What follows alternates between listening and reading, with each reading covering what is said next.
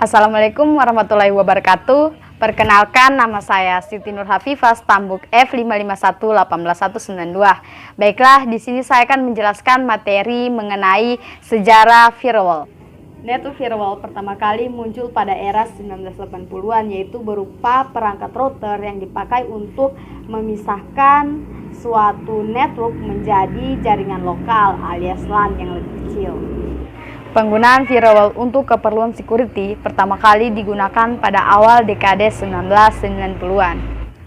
Firewall generasi selanjutnya lebih fleksibel, yaitu sebuah firewall yang dibangun oleh Boston Host.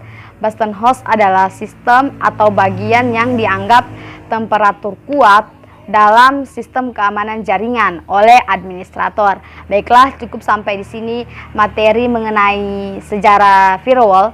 Selanjutnya, materi mengenai definisi firewall akan dijelaskan oleh teman saya. Di sini akan menjelaskan tentang definisi dari firewall. Firewall di sini didefinisikan sebagai suatu cara atau mekanisme terhadap suatu hardware, software, ataupun sistem itu sendiri, yang tujuannya itu untuk melindungi, menyaring, membatasi, bahkan menolak dan suatu segmen pada jaringan pribadi dengan jaringan luar yang bukan merupakan ruang lingkupnya.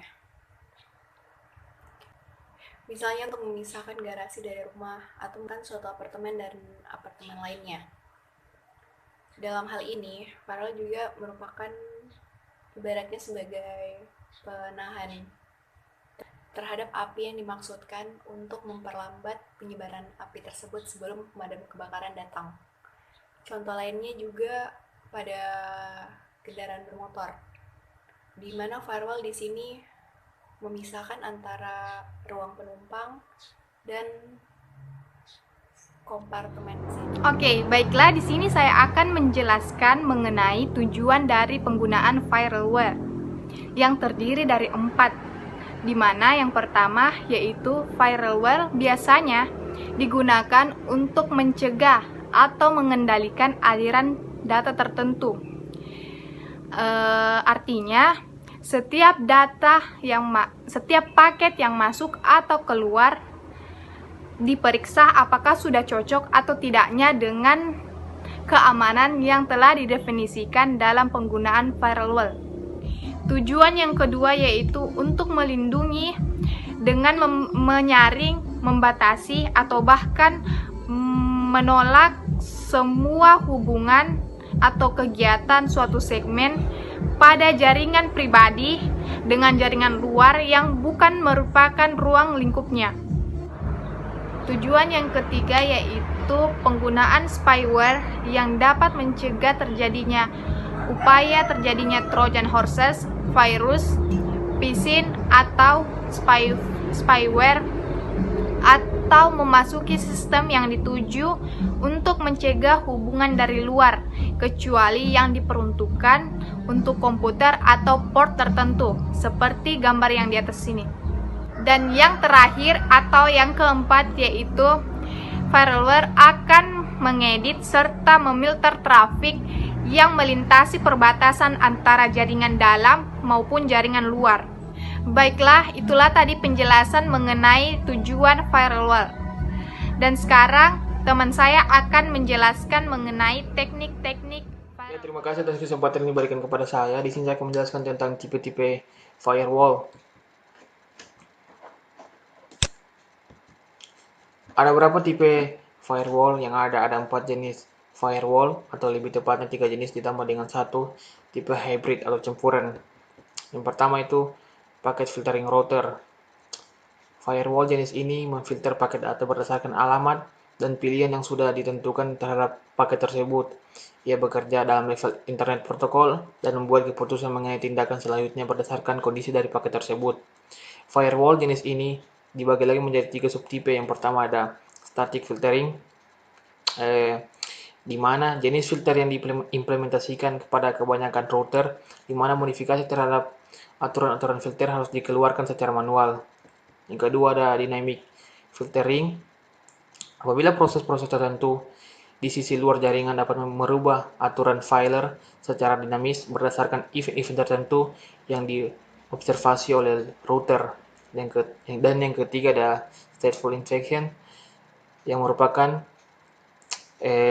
teknologi yang sama dengan dynamic filtering dengan tambahan fungsi eksaminasi secara bertingkat berdasarkan muatan data yang terkandung dalam paket IP. Dan yang kedua, circuit gateway. Firewall jenis ini beroperasi pada layer transfer pada network, di mana koneksi juga diautorisasi berdasarkan alamat.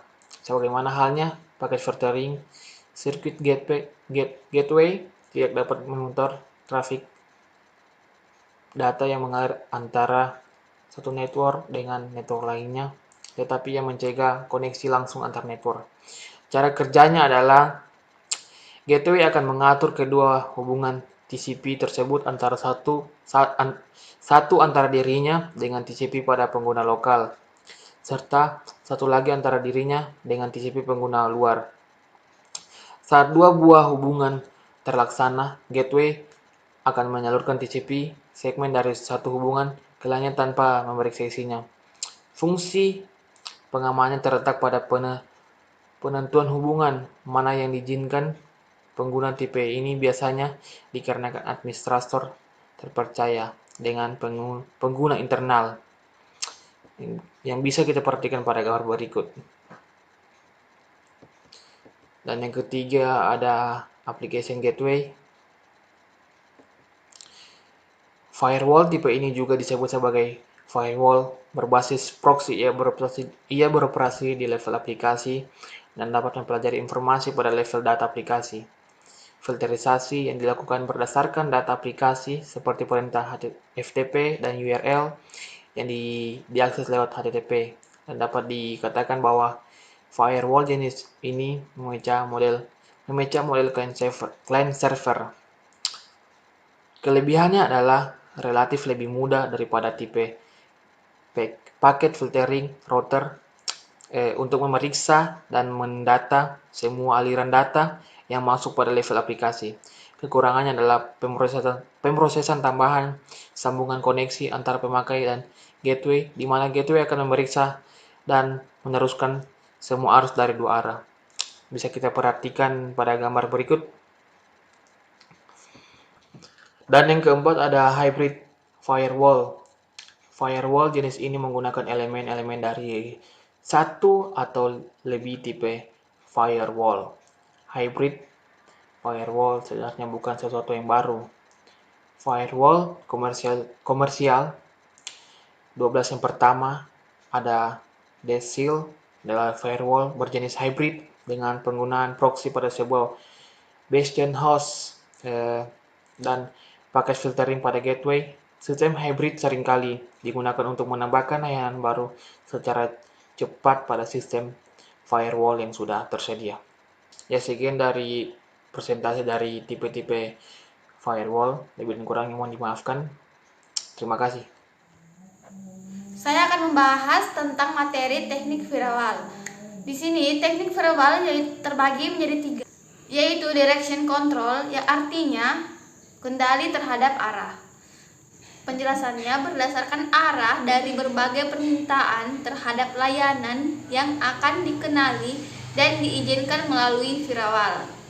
Baik yang kedua, user control, yang artinya kendali terhadap pengguna. Penjelasannya yaitu biasanya digunakan untuk membatasi user dari jaringan lokal untuk mengakses keluar, tetapi bisa juga diterapkan untuk membatasi terhadap pengguna dari luar. Yang ketiga yaitu behavior control, kendali terhadap perlakuan.